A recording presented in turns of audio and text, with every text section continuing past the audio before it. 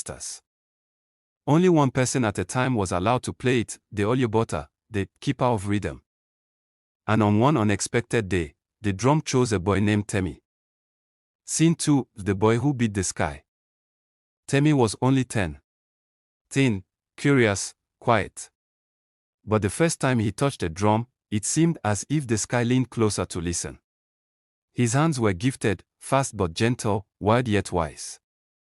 During a village celebration, he picked up a small drum lying alone. Within moments, the earth trembled softly beneath the dancers. The wind danced with the flames. Elders stared. Chickens stopped squawking. One of them murmured, "This child, he carries the voice of the forest." From that day, Temi became the youngest Olyobota ever chosen. He played for births, weddings, harvest. When he drummed, warriors felt courage. Mothers cried with joy. His fame spread far beyond Odanbo. Scene 3, when fame becomes fire. But as Temi grew, so did his pride. He was praised in songs. Chiefs from other villages sent gifts. People bowed as he walked by. And slowly, his head rose higher. When an elder asked him to drum for a funeral, he shrugged. "What's in it for me?" He demanded gold for village rites. He refused to greet elders. "Why serve," he asked, "when I can be worshipped?" The sacred drum, once kept in the village shrine, was now locked in his heart.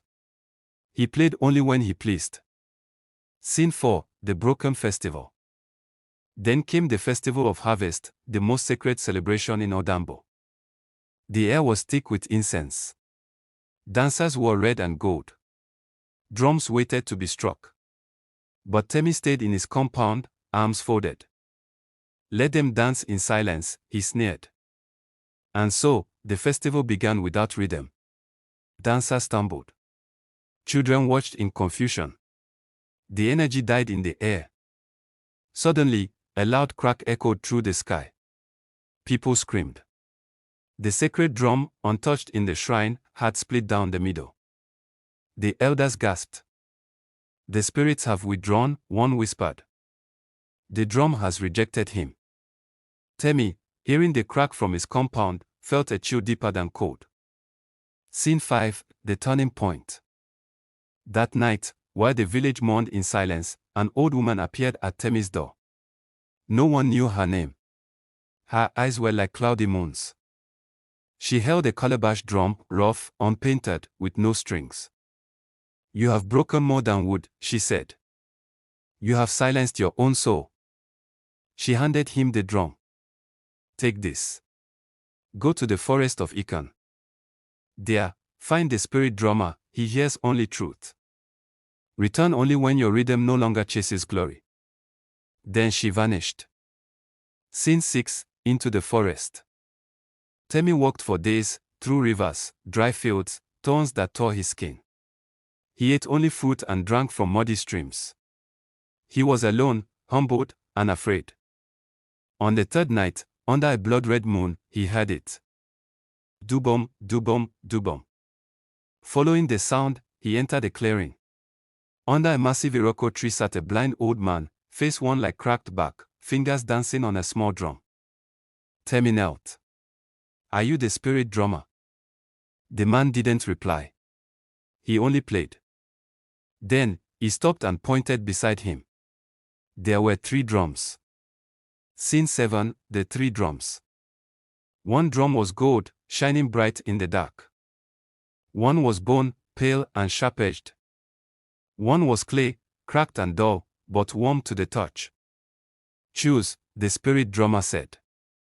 Temi reached for the gold. It glowed but felt heavy. He touched the bone, it was cold and sharp. Then he placed his hand on the clay drum. Though flawed, it pulsed like a heartbeat. He chose the clay drum. The spirit drummer nodded. "Now, play not to be heard, but to be felt." Temi played. Slowly. Softly. His hands no longer danced for attention, but for meaning. Scene 8, the return. Temi returned to Odanbo weeks later. His robe was gone. His jewelry, left behind. He carried only the clay drum. He entered the village quietly. No announcement. No parade. The villagers turned, surprised. The sacred drum in the shrine was still broken. Temi knelt before it, sat on the ground, and began to play. Scene 9, the heartbeat restored. Dubom, dubom, dubom.